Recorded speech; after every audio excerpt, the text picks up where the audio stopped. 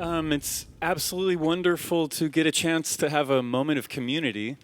There's a man in my life named Michael Mead, and if he's not somebody that you're familiar with, he's a mythologist, and he talks a lot about how community is an experience where people get together, and it's actually not this kind of non-local network of relationships that sort of are spread everywhere and lasts over time, but it's really like a ritual. It's a moment of gathering, and in any case, just so grateful to get to share in this moment of community and to introduce these amazing people who have come to join us to share some of the depth and rigor of science happening in this space and their passion and personal experience. And I'd love to introduce the people who are here to talk a bit about some of the road ahead from the perspective of science. But one other thing I'd love to say just before bringing them on is that, the Cultivation Classic is many things, and it's really an effort to kind of both in the gardens that we're associated with or this plant that we love, to have a kind of cultivation process and in our relationships, certainly. There are many aspects of that we need to really have strength to confront the challenges that we're facing as we go forward. And certainly, from hyper-ecological regenerative agriculture, sequestering carbon and working to build a livable future, and all the way through to the human health and therapeutic wellness revolution that this plant is a harbinger for and is bringing forward, and to the production science that is going to help to further those aims. And all of these themes are important to us and many others, but in any case, it's really exciting to get to share some geekery. I hope this is some deep geekery that you can enjoy. But I'd love to introduce the three people who are here to join us, all from different places. We have first Dr. Alison Justice, who has joined us from Southern Carolina. She works for a company named OutCo and is the VP of horticulture there. I first saw Alison on a stage with the Fluence bioengineering team. Absolutely just incredible, laying waste to all sorts of rumors and myths that were unfounded in the cannabis production space. And if you haven't heard any of her podcasts, I'd highly recommend checking out Alison's work. So Alison, please, if you will. And then... Thank you for having me, Jeremy. And next up, I would love to bring to the table a new friend, an ally from Los Angeles. Guy Rocourt is here from Papa and Barkley, and is actually the only of the three of us who's less focused on production at this point from a cultivation perspective, although he has a rich and really long history working in that way as well, but he's really focusing on the value-add products. And if you're not familiar with the work of Papa and Barkley, it's quite an extensive impact that they've made, and they've done some very innovative things in especially regards to product purity. I'm sure most people are aware California has very stringent testing analytical standards, especially related to things like heavy metals that actually our Oregon community is not contending with at this moment, but he has a lot of experience working at scale with those products. And anyways, it's a tremendous honor to have Guy Rocourt here.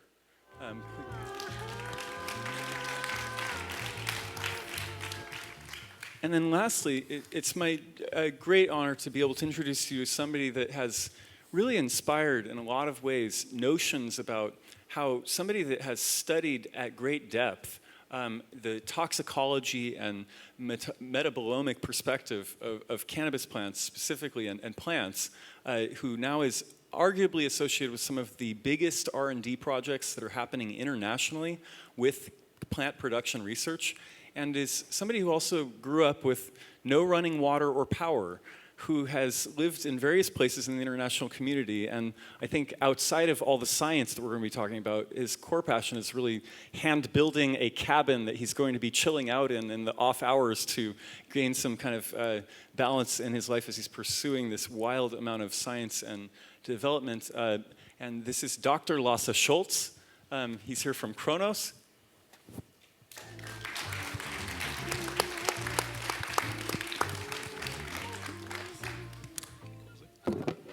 So anyways, it's really exciting to say we've got almost an hour here, and we hope to go deep, and I want to get right to it. I think there's all sorts of personal narratives and anecdotes I'd love to dig into, but in fact, we're here to talk about the frontier and to really, as we have had a tradition in Cult Classic, sort of work to inspire our local producers and our community in Oregon, which is so strong, despite unbelievable challenges, having a state where we have a 7-year basically backlog of product and inventory in the state, a really inhospitable environment by any regard, probably historically the greatest commoditization pressure that's happened in any market, but then also all the challenges of an underground economy coming above board. And in any case, I want to make sure that we focus on the kind of resourcing of the challenges that we're confronted with. And I would like to start with just a little bit about, in each of your experience, if we could start with you, Alison, talking about some of the things that you've learned as you've come into this space with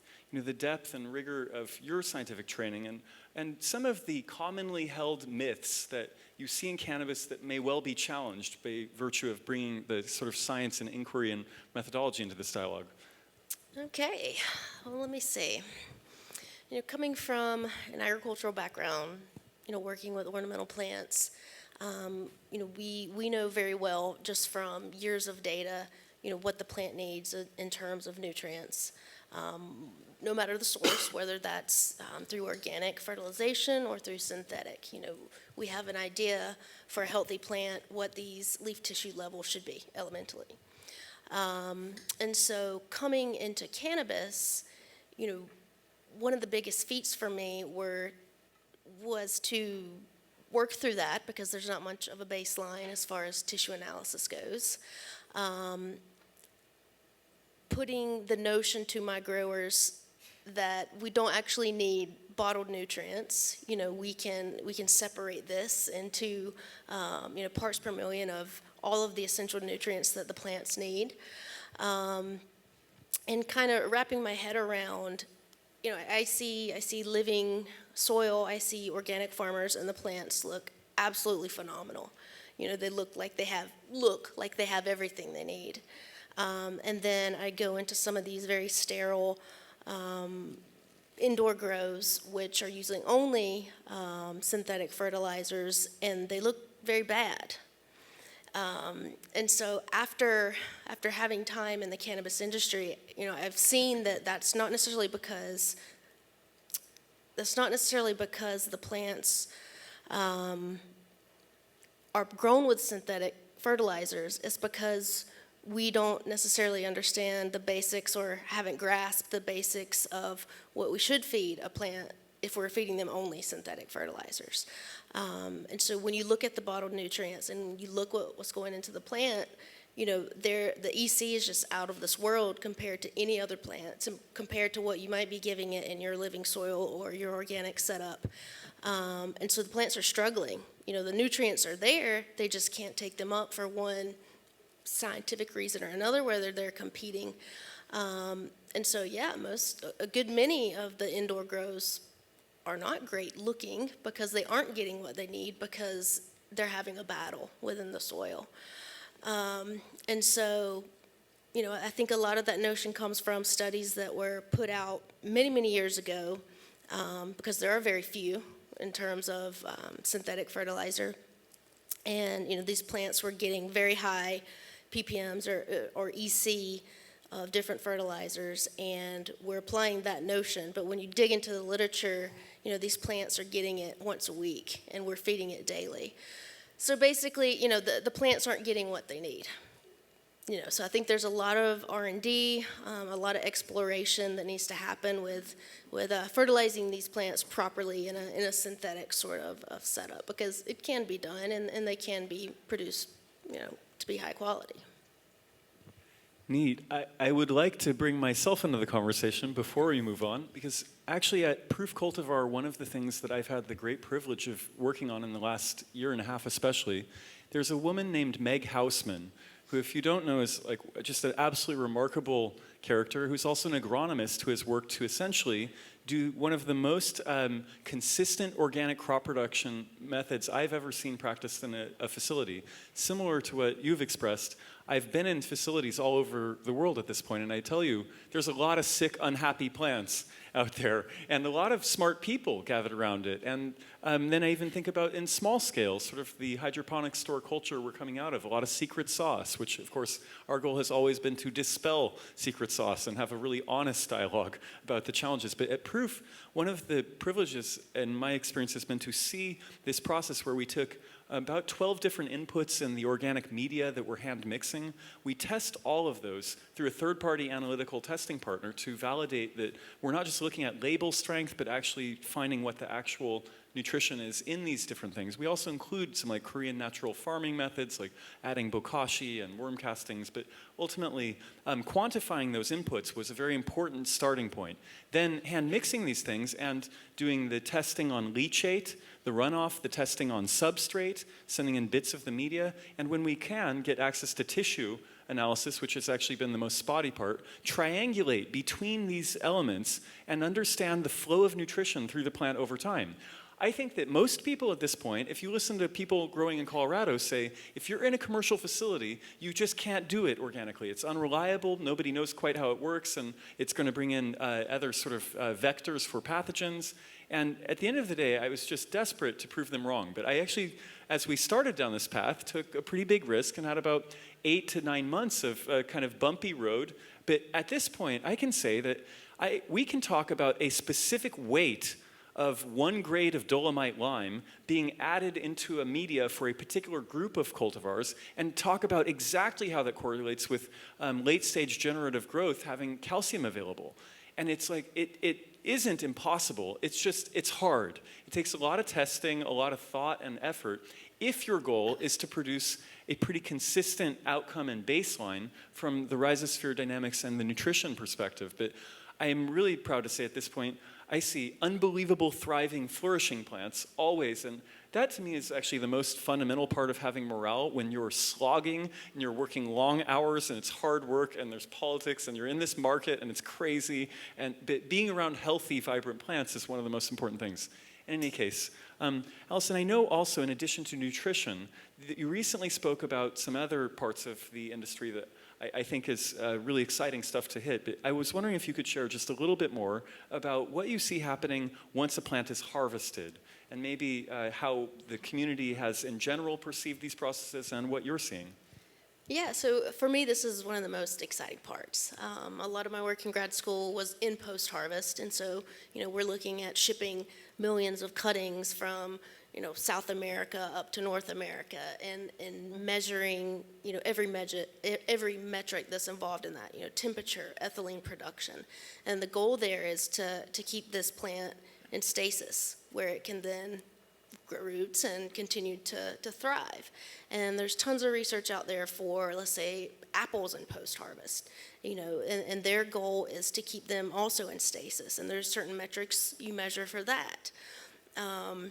But the closest thing we have to compare to cannabis is tobacco, which, is good and bad, but we have to have some sort of starting ground. And so I've spent a lot of time looking through that research and trying to compare, at least have a grasp of what sort of metrics should we be looking at to then compare to cannabis. And, we've dug in deep, and, I come out with a lot of good information, but also even more so confused. We did studies where we had air sensors within buckets, and so I call this the burp experiment. And so we were measuring CO2, O2, ethylene, and humidity and temperature for burping. And, the one thing we found automatically is that the 5-gallon buckets everybody uses for curing from Home Depot, wherever, they're not airtight.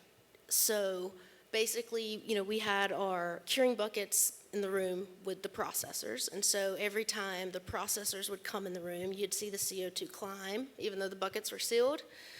And then when people started going home for work, the CO2 would go down. But in opposite, when looking at relative humidity, people are always saying, well, the burp is to release humidity. Well, how much can be released if it's only 30 seconds, or maybe your method is an hour. That all depends. But for our experiment, we had a 15-minute and a 30-minute burp. And so, what you would see is that the humidity would drop down to be whatever match up with our sensor that was just in the room. And then once the lid was put back on, it'd go back to basically baseline. So there was no true release of moisture in that sort of metric. But I guess the most interesting thing we saw in this burp experiment is that it was homogenization. So I think we can all agree on that. That was something that, a lot of people would say, well, you cure it and it's homogenizing, the moisture that is. And so, we were taking water activity, which is just a measure of available water at the beginning of cure.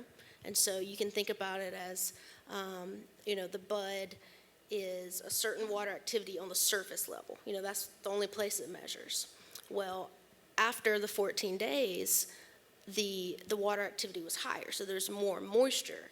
Well, the bucket wasn't gathering moisture from the environment, it was just homogenizing throughout that bud. And so all of your bud within that bucket were the same water activity. So that was, interesting, something that we all thought, but we were just able to put that data point on it and know for certain that is what's happening. Can you describe just a little bit about the distinction between moisture content and water activity? Yes. So, it's different in that, let's see, water activity is the metric that most of the food industry uses. So if you're drying beef jerky or beans or whatever else, you want to make sure that your product is dried to a certain water activity in which microbes will not continue to grow. And so for most food, that's about 0.6. For cannabis, what we've found is that if you're able to dry very quickly to about a 0.8, botrytis will not continue to grow at that water activity. And so, there's tons more research to apply to this. But when looking through the literature, the plant stops its enzymatic activities at about 0.7 and below. And so what we do is we keep our dry room, we drop it to the 0.8 very quickly where there's no botrytis growth, and then we let it ride for a while. We do it for 2 weeks. Could we do it in 1 week? Very possibly. More research to come. But we let it ride where, who knows what's happening. The chlorophyll breakdown, the, starch to sugar conversion, et cetera, et cetera, et cetera. And then it's dropped very fast at the last day or two, just to get to the water content that a consumer would like, that's nice to smoke. But it is very closely related to moisture content.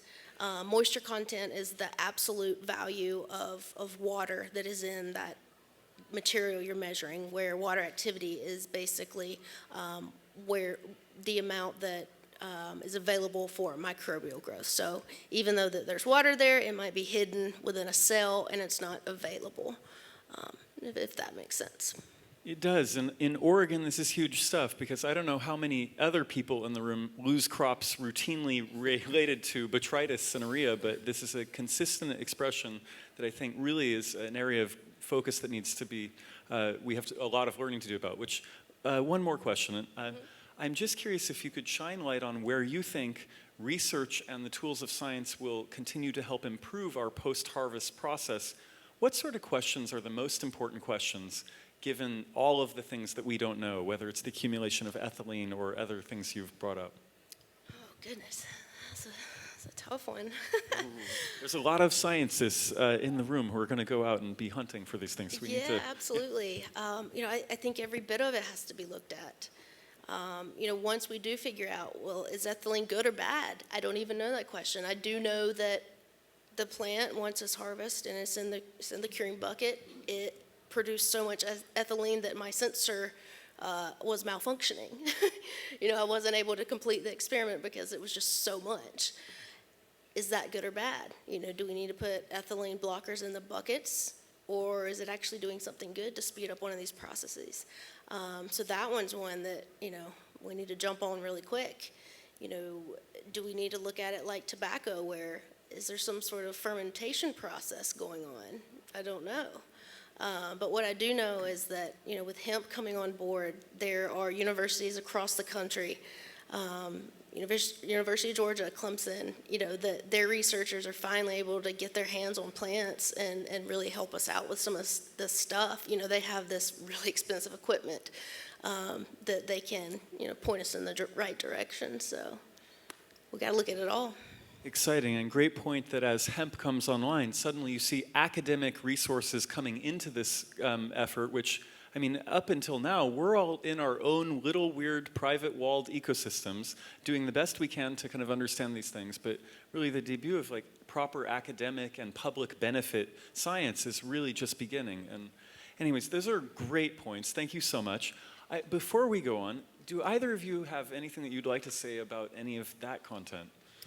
Yeah, I did want to comment on the nutrient lockout and the need to over fertilize plants. I think that's a legacy from the black market, and it's happening in two ways. Indoor growers want to put more ferts in and want to push their plants. It's all based on yield, and that's like a product of the black market, like a desperate need to get the most out of every plant. And in Humboldt, where we grow outdoors, what we're seeing now is that nutrient runoff is probably the worst thing for the environment. And where we would have probably regulated way more farms, you know, the county, rightfully so, is like really putting a stop on it because they're afraid of nutrient runoff and it's destroying the watershed. It's like, it's so funny, the worst thing for the environment right now is cannabis, and that makes no sense. And a lot of it has to do with small farmers, again, over-fertilizing. The gentleman that was here earlier said something about the autoflower plants, like, don't do anything. Less is more. I mean, I found that out as an indoor grower years ago. Less is more. I mean, the plant does not need that much. And like, yeah, when the salinity or the EC gets past 2,000 and you're in nutrient lockout, it's like, why? Now you're just wasting it and the plant's not accessing it anyway. You'd be better off with fresh water. So that's something that I think we all need to think about as we go into commercial growing. It's not all about yield. It really should be about quality, and it should be about what the plants need. And now that we can ask questions and we can, share data, it really shouldn't be about can I push this plant for the biggest cola for the max yield, right? And then when I was growing, we'd grow these buds and we'd use these protein like plant hormones, and what would happen is you get this big flower, but it'd only be 16% oil because all you did was grow biomass, right? So what makes a good plant? Is it the oil content? I would say yes, but then of course, terpene, and of course, making sure that we get the different cannabinoids and encourage those to grow. Those are the things we should be looking at, not just yield.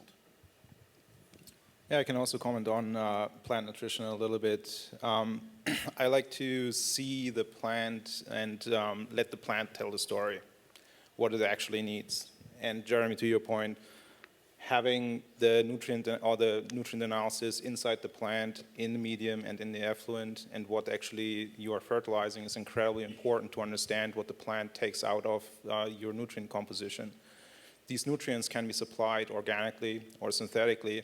The plant will not be distinguished in nitrate, whether it comes through ammonification and nitrification in an organic setting, or if it comes from a synthetic fertilizer. The plant doesn't care so much. But what does care is about a proper ratio of the nutrients that it's able to pick up. I think synthetic fertilizers have received a very, very bad reputation because the plant reacts very quickly to these synthetic fertilizers if that is not applied. Organic growing, we have a much better buffer. The cation exchange capacity in soils is very high and compared to, for example, rock wool medium. I think this is where some more consideration needs to be taken. Plants can grow in an inorganic setting and an organic setting equally well. Just that if you're growing, for example, in a rock wool medium, which creates just a matrix, has no nutritional value, you have to be much more careful what you're actually supplying the plant. But you can, if you're doing it right, you can grow very successfully, whether it's like in a rock wool medium or in an organic setting. And of course, bringing up some of the point that you just referenced, Keith, I'm aware that the Eel River and other areas where there's been intensive cannabis production in Northern California, we now see really painful fallout from the applications of synthetic fertilizers at scale. Of course, if everybody's not aware, if it's the release of nitrates and phosphates and these compounds continuing to flow in effluent into the hydrological cycle, there's tremendous impact that we've lost more than 50% of the fresh water on Earth as a result of contamination from fertilizer. And Further, I don't know if most people know, but how fertilizer is harvested, where do we get nitrogen from? It's in the air. But in order to get the nitrogen to precipitate from the air to create these fertilizers, there's a very energy-intensive process. So the reality is I know that we have a community that's really focused on organic agriculture and on the spectrum moving towards regenerative farming, knowing that farmers can now play this role in addition to providing all of the nutritional needs for cannabis to be absolutely world-class, but further can sequester carbon. And as we've surpassed 415 parts per million of atmospheric carbon, God knows we all have a responsibility to find ways to interact with whether it's production models or other ways of life that are really responding to this incredible concentration of greenhouse gases as we move towards certain heat death. So I do hope that gets to be part of the conversation. That said, I would like to shift to you, sir. Guy, I think about in the role of somebody producing the value-add products and really concerned about product purities, talking about the distinction of producing biomass versus really quality, high oil plants that are distinct.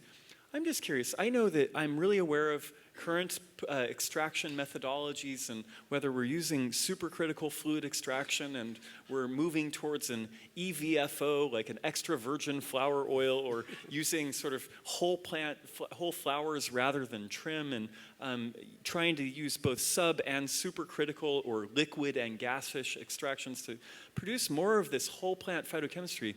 Where do you see extraction technology going to enhance product viability and purity and anything in that theme? Yeah, so look, I think that what's happening with most consumers, and we think about organic, is we want the cleanest product possible, right? Most extraction methods are based, again, on yield, which to me is a black market thing. Like, we want the most out of it because it's so valuable.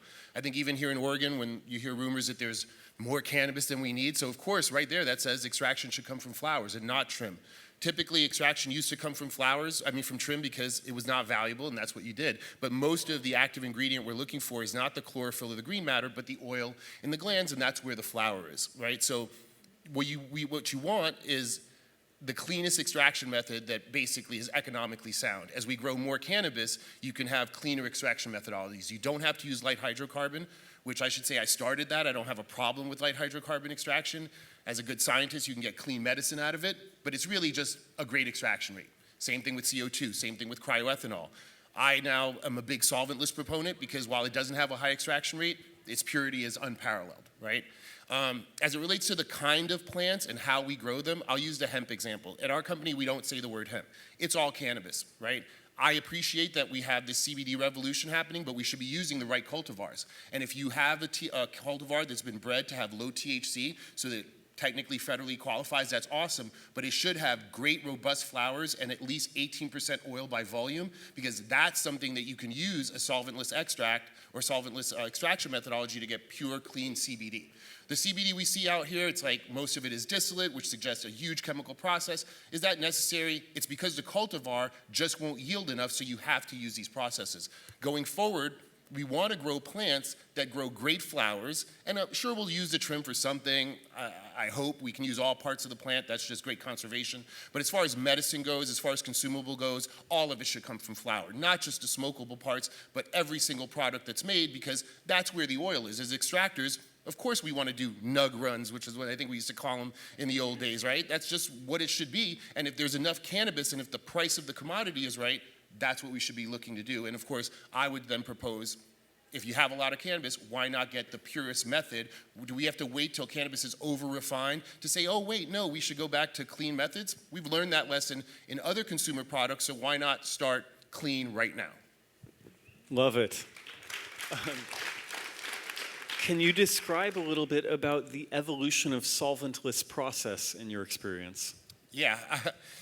So I was not a fan at first. My first company in Denver, I remember sitting on a panel like this with a gentleman that back when we were still using those hair things to to press rosin, and I was like, that's never gonna work.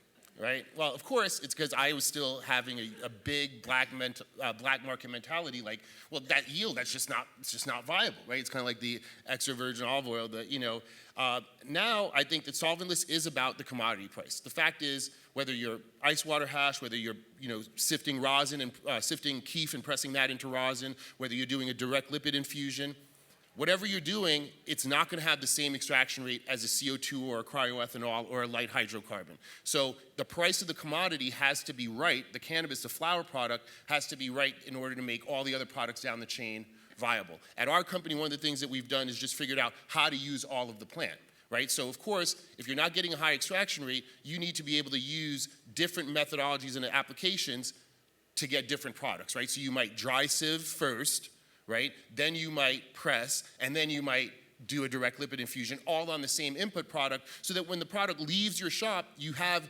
garnered all the active ingredients out, but you've done it in a clean way, making your product line across those different steps, being able to use the different infusions for different products. Of course, at the top tier is going to be the vapable or smokable consumables, going all the way down to the last tier that might be infused in a confection or something. Love it. One thing that you mentioned in using the whole plant, unfortunately, we were not able to be joined by a colleague from Canada named Dr. Natasha Riz this year. She was not able to be here, but I know will be here in the future. Recently, she's been working a lot with root ball medicine and the tricyclic terpenoid content in the roots. I'm curious if you've had any experience with any of the other... I haven't. Yes. I've only heard about it, and I know now in Humboldt there's farmers are trying to reclaim their root ball and see what's going on. I've been so buried in just what we've been doing, I haven't had a chance to grow my mind that way yet. Neat. I do see this exciting trend of, as you say, with the Solvent List, more of the genuine representation of the phytochemical inventory that was there in the wisdom of the evolutionary biology of a plant, and to preserve that, to bring that forward. I am frustrated with the amount of distillate-derived products that, unfortunately, like right now, are the price point that seems to kind of work, and there's this whole equation with economics, but I do hope that as production changes over time, we see more and more of that inventory, because I believe we're at a juncture where, well, now most people, I'm sure in this room and beyond, are speaking about terpenoids. The reality is there's so much else to this plant. I think that we're in a conversation with the Smart Cannabis team that's really inspiring about the possibility of inventorying from a variety of other folks, like in the perfumeries and the sort of different places where scent and aroma are really, there's deep insight. It's that it's not just terpenoids that make up an aroma profile, for example. It's that we know that there's, it's aldehydes and esters and ketones and flavonoids and all of the substrata in the phytochemistry. And it seems like before we can even inventory all of that, maybe the neatest thing that we can do is just work towards processes that are trying to capture and preserve as much of it as possible, because it seems to, in general, and I can't wait till there's more evidence to bear this out, perhaps increase therapeutic efficacy and decrease side effects, that there is always something about the whole plant and drug synergy that I'm at least a huge believer in, and I can't wait till we have adequate science and support to demonstrate that. I think, I long for data, like the data that Alison was talking about, like as we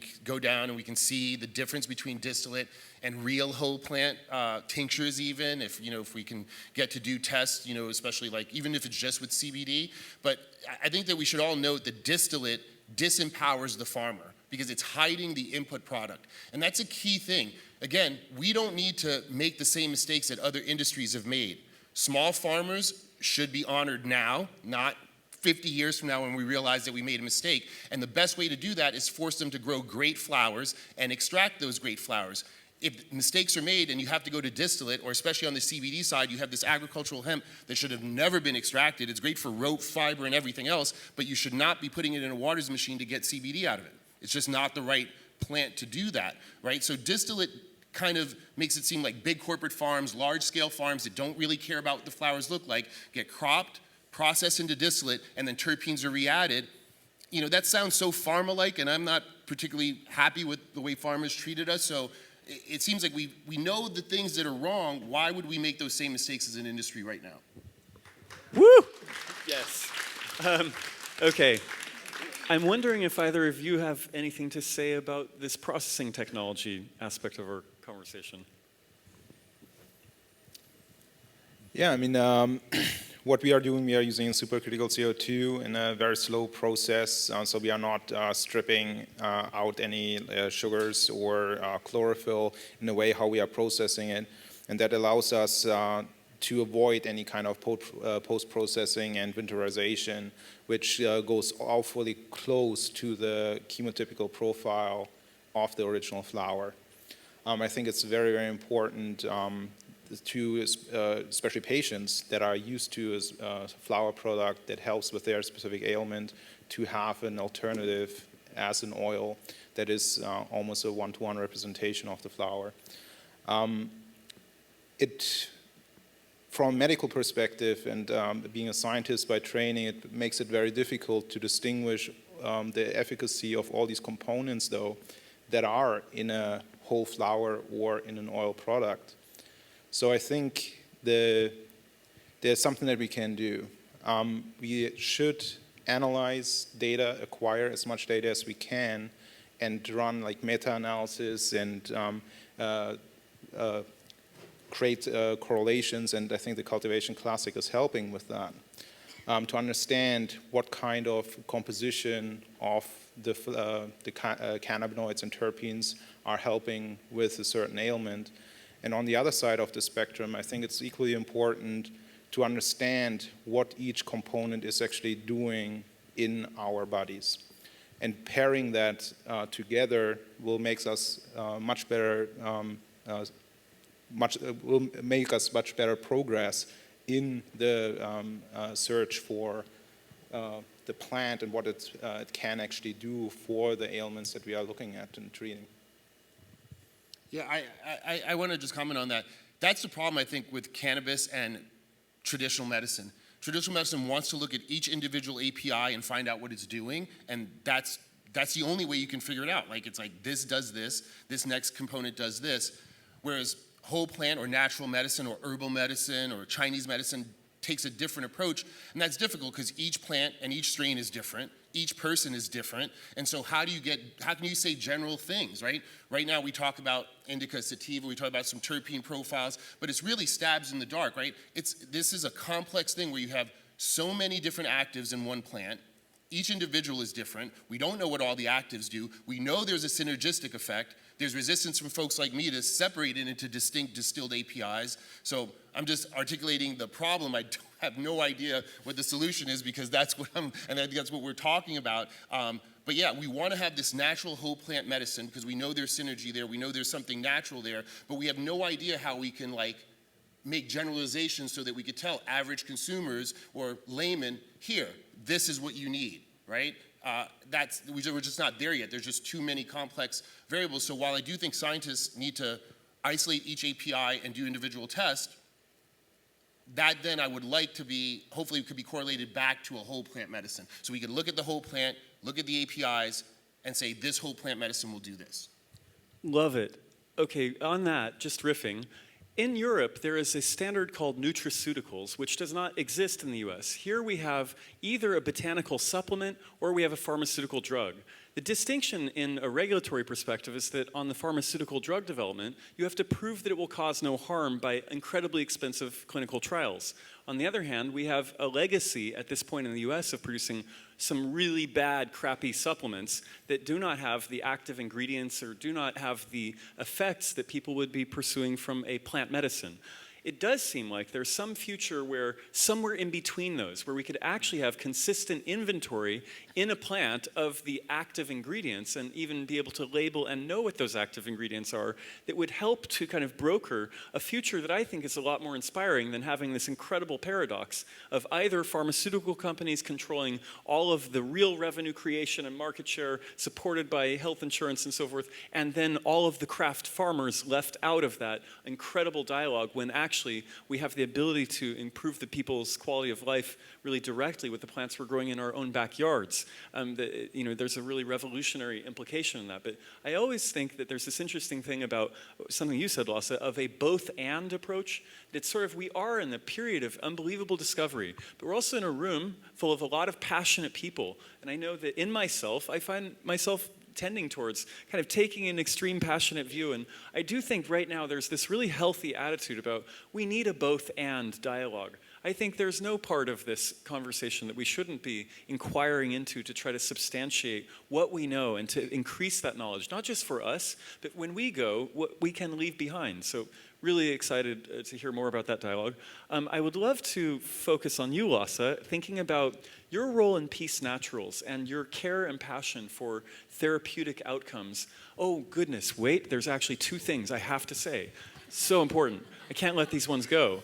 Okay, 2 points that I think could help us to advance right now without some big theoretical support or further research. One, I am over everybody calling FICO or RSO products that are essentially an ethanol hash oil. I think that we should catch up. I'm just going to personally advocate, after my dear friend Jeff Wilhoit on the Shaping Fire podcast recently advocated, that we just do away with that crap. Let's talk about the solvent that we're using, if we're using a solvent, honestly. And I like this notion of, instead of FICO, which is very confusing considering you're using ethanol and stripping everything away, maybe we could say EHO, ethanol hash oil, and that would be then congruent with BHO, PHO, et cetera.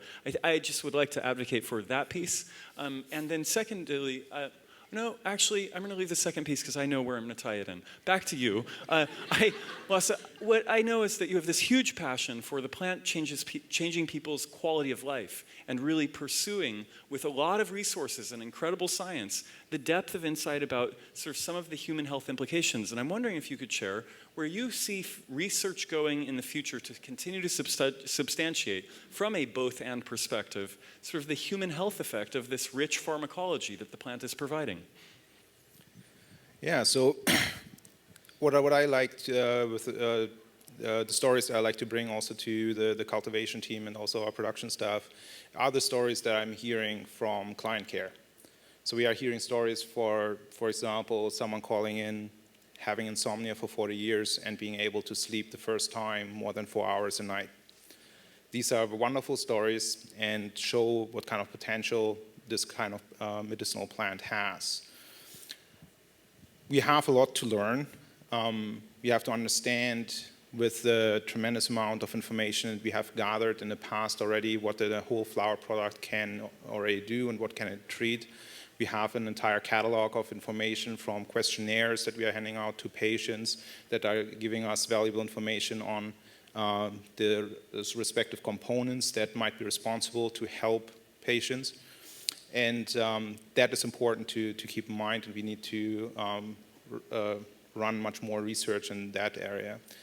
At the same time, it is very important to analyze the individual compounds. One of the problems that medical practitioners are facing is, we are hearing that all the time, and with the doctors that I'm working with, I would love to prescribe cannabis, but I don't know what all these components are doing. And that is a big problem. Medical practitioners are so used to prescribing a medication that has a very specific formulation. It is approved, it has been studied, and what makes them more comfortable to prescribing that drug.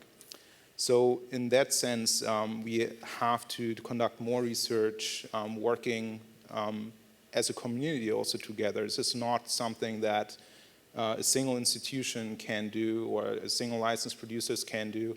It is something that the entire cannabis community has to tackle together, and with time we will be able to understand what the individual compounds are also doing, and using also the plant as a blueprint of what nature is actually providing, and then mimicking it in the lab, in actual clinical trials, and properly designed and run studies to show efficacy, what is actually happening. So there's still a long road ahead, but working all together and sharing the information in fora like this, at conferences, going to visit scientists that visit each other to exchange information. These are all very important compounds to get there a little bit faster. Okay, so the second piece, which now is the perfect tie-in, we have the great privilege of being joined by Dr. Ethan Russo. Dr. Ethan Russo, if people aren't familiar, is one of the main proponents of a more whole plant perspective, but with advocacy for rigorous science to understand the relationships between the diverse compounds in cannabis. In fact, I wouldn't be in this room, and I think most of us wouldn't be in this room, if it weren't for the tremendous legacy and life's work that he has authored. So we're very grateful to have you here. And one of the recent ideas that I've heard, I think most people are aware that actually the entourage effect was first coined in, I believe, the late 90s by Professor Meshulam, talking about the synergy between, or interactions rather, between THC and CBD. And later, under the leadership of Dr. Russo and now many others joining in that conversation, the entourage effect went to be broader and inclusive of more of the compounds and chemistry, specifically focusing on terpenes.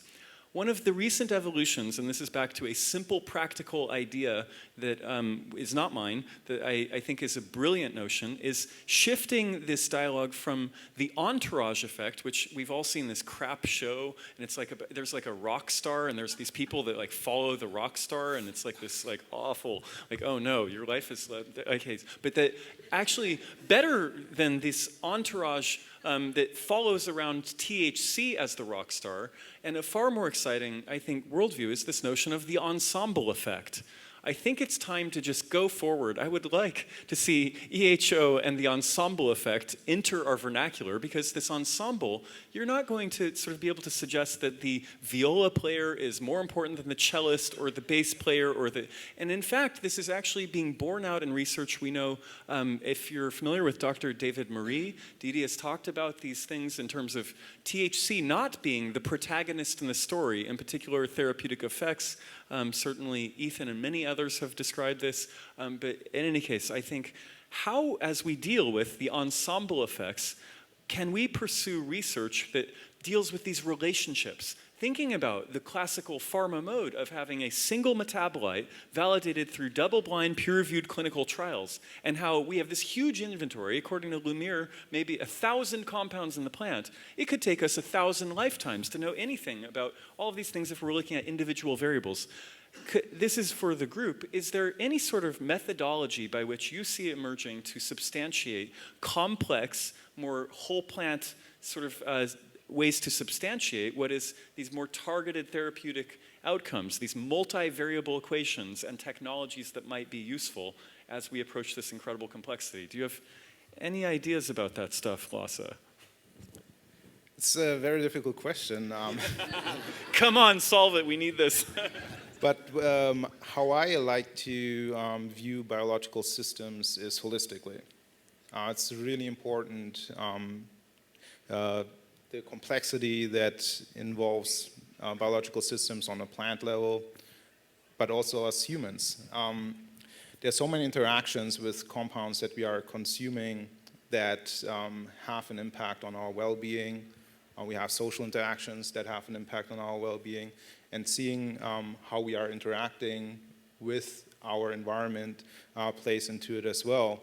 When it comes to compounds that we are consuming, I like to compare the entourage effect with eating a vitamin pill, which is doing a little bit good for you, but if you're eating the same amount of vitamins in actual apple, in a salad, in a healthy diet, you're consuming all the minerals, you're consuming the fibers, and ultimately you are at a better health than you would if you are just eating the vitamin pill.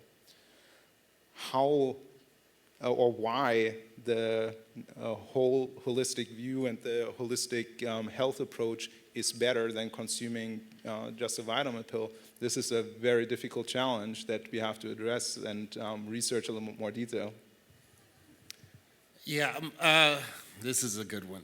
My take is that whole plant medicine is safer than going down the road of single API. Pharma will give us a medicine that's been researched, double-blind study, and will still have a huge side effect potential. Something like 30% may experience these side effects. Cannabis, with its history, even when poorly grown, with pesticides and black market, still comes out as a safe bet.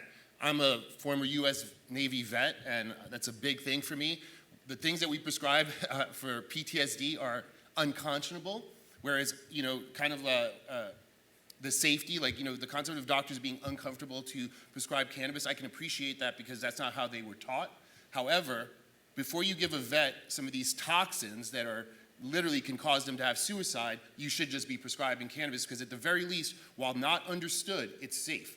So I would start the conversation with natural medicines like fruit and vegetables are exactly that, natural. So let's start prescribing those with the quickness, and then, yeah, I know it's backwards, figure out what they do wrong, or what might be wrong, or how it's working.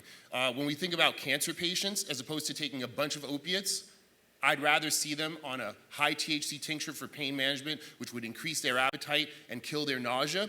I'm not sure what else is all in that strain, but I do know that over the opiates, which will cause constipation and eventually force them to lose the fight against chemo, cannabis of any strain and any access would be better, right? So safe access to cannabis, yeah, I mean, again, we're coming off an industry that I often say this is the most American thing I've ever done. We fought the law and we won. And the reason is because this plant is so amazing, right? And we just need to honor that. And while the way we've traditionally gone and took willow bark to make aspirin and distilled single API is okay, and I'm not throwing that out, I'm just saying with this particular plant, it does have a lot, I dare say decades and decades and decades of being used by many, many people in a safe manner. And it's so much safer than some of the pharma alternatives that we need to just jump right in. And so if I were speaking to doctors, I'd be like, I appreciate that I can't give you the studies that you would typically get when you get a Xanax, when you get an opioid product. However, I would tell you that this, you can rest assured that you will not have deleterious side effects from your patient. It may not work, and they may need to find another strain, they may need to find another application, they may need to find different dosing, but what they won't have is a backslide of side effects. Well said. So I would like to move back to another area of production scientists that I know at least 3 of us have been focused on in a pretty intensive way. And this is something that is a huge variable in producing the phytochemistry in cannabis. The discipline of photobiology, or the research about the influence of light wavelength and intensity on plant morphology and phytochemical development, is clearly one of the most important sciences to grasp from a production perspective if our goal is to harness particular phytochemical profiles. I can say that at Prūf we finished a year-long research effort that was partnered with Fluence Bioengineering, where a Dr. Bruce Bugbee, if you've not been familiar with this person, highly recommend looking into him. He is a grower for NASA. He's a horticulturalist who works at University of Utah and is a leading plant physiologist, but has really become kind of the godfather of photobiology research. But we worked on a near-red and a far-red broad spectrum solution from an LED perspective, and after about a year of producing results, the far red, which included a 730 nanometer peak, you have this visible light spectrum between 4 and 700, so we're getting into this like what human eyes can't detect well, and we understand that also plants can see more light, like photosynthetic active radiation, which extends on both sides, but that we're probably moving into a world of BAR, or biological active radiation, which actually goes even further into the invisibles on both sides, because really we see that all of these lights, whether it's UV or the far red, are having important effects on cannabis. But what I will share with you, we haven't published this, we probably may not even publish this, but I want to share with you what I observed in our study, which is simply that the inclusion of the far red light in plants will respond in either a shade avoidant or a shade tolerant behavior. Cannabis clearly is a shade avoider, which means it grows lankier and taller. And that morphology in most production environments is very undesirable unless you're dealing with a very, very compact plant. Most of the plants that we work with that have great phytochemical inventory are not compact. And in fact, compact canopies is one of the keys to having uniform UMOL intensity. To receive the same amount of light on all of the flowering tops is going to make for a consistent expression of the chemovar. And so it's this interesting thing where the far red light did increase some biomass, did not have anything that we can show in terms of phytochemical impact, but was one of the first pieces of cannabis-specific photobiology research that I've seen other than the work that you have done. Could you speak a little bit about the photobiology effort? Absolutely. So LEDs in general has really been a game changer for OutCo. Simply put, it started as basically a way to dispel the myth that you can't flower under LEDs.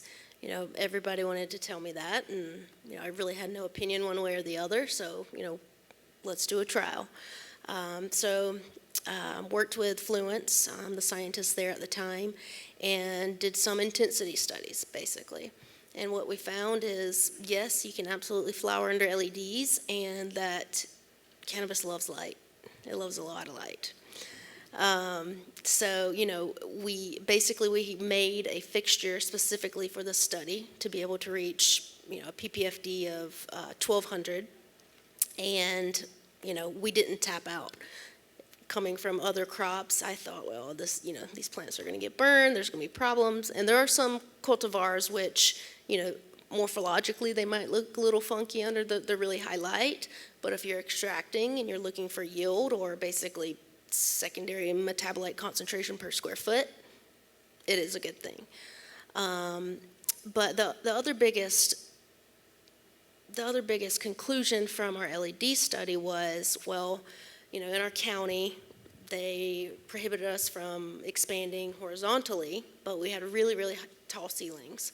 And so we could expand vertically. So, you know, in a place where we were stuck at a certain square footage because of, you know, accepting a technology that's different, going through the proper trialing without opinion or emotion, you know, wrapped around a certain way of growing, you know, we were very easily able to double our canopy by accepting this. And, you know, since then, of course, with changing any sort of grow methodology, there were problems, and, you know, humidity was terrible, and there were lots we had to do as far as, you know, figuring out irrigation and airflow on the different levels. But in all, you know, it was a great thing for us. And so our facility has been switched over from HPS lights to double stack rolling benches, and I think we're at 2.8 times the canopy because of it.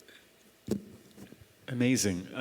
Lasse, I know also that you've been involved with some photobiology work. Is there anything that you can speak about with regard to light recipes and the impact on morphology or phytochemistry at this point? Yeah, for sure. The cannabis plant and most plants, for that matter, are very, very sensitive towards the light spectra that they are exposed to. And in the cannabis, I think it took on a much more important role because we are or have been growing in indoor environments where the sole light source is the luminaire that you are having in your tent or in your grow room. So if you are having that, the light spectrum becomes so much more important, and the plant is able to react to these changes over time. The plasticity of the expression of photoabsorbing pigments is quite large. The plant needs to be adopted to like changes in light intensity and also to different light spectra if it's used in veg versus flower. But the plasticity is there for the plant to use different photons of a different wavelength and also reacting with a different phytochemical profile if that is actually done. The phytochemical profile will change quite drastically if you have like an illuminaire that exhibits photons at 450 and 650 nanometers versus full spectrum light. You will see a very, very different phytochemical profile, and this is incredibly important to respect and also to understand when we are producing for medical patients. Because in medical patients, we talked a lot about the phytochemical profile and the interactions that are so different. For me, the most predominant influencer of the phytochemical profile is light. There's a little bit nutrition and also environment playing a role, but predominantly it's light that is going to change the phytochemical profile. And if you're not consistent with it, as we have like different kind of grow rooms and we are growing a cultivar in one grow room that has a different light source versus the other, but we are selling it as the exact same cultivar to patients, they might get a complete different medications every single time.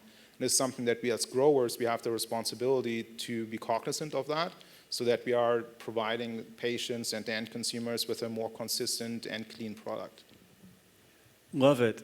One of the things that I'm aware of that often is talked about in Oregon is that, of course, we really prefer using solar radiation. It is the most efficient way to capture broad spectrum light.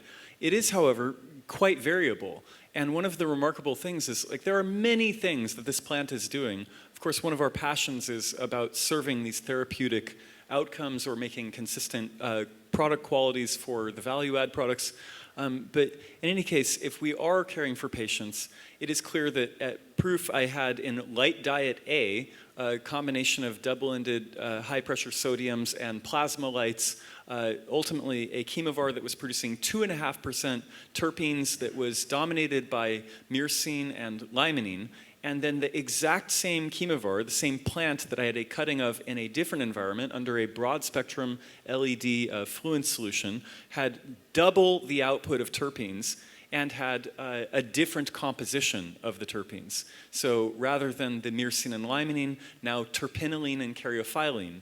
And so it's really remarkable to think about nothing else that, changed clearly, if you're really doing rigorous studies, you have to measure every imaginable thing, including the tiniest amounts of airflow and et cetera. But these were very, very parallel plants. So in any case, I just suggest that there's this grand palette and spectrum by which, through production science, through research, through rigorous study, working together and sharing things, we have this huge frontier to explore for a long, long time. I look forward to sharing in that in our community, and I'm very, very grateful to the three of you coming from your communities to bring these riches and to share them with ours. It means the world to us. We are out of time, and it's just been an honor to get to sit with the three of you.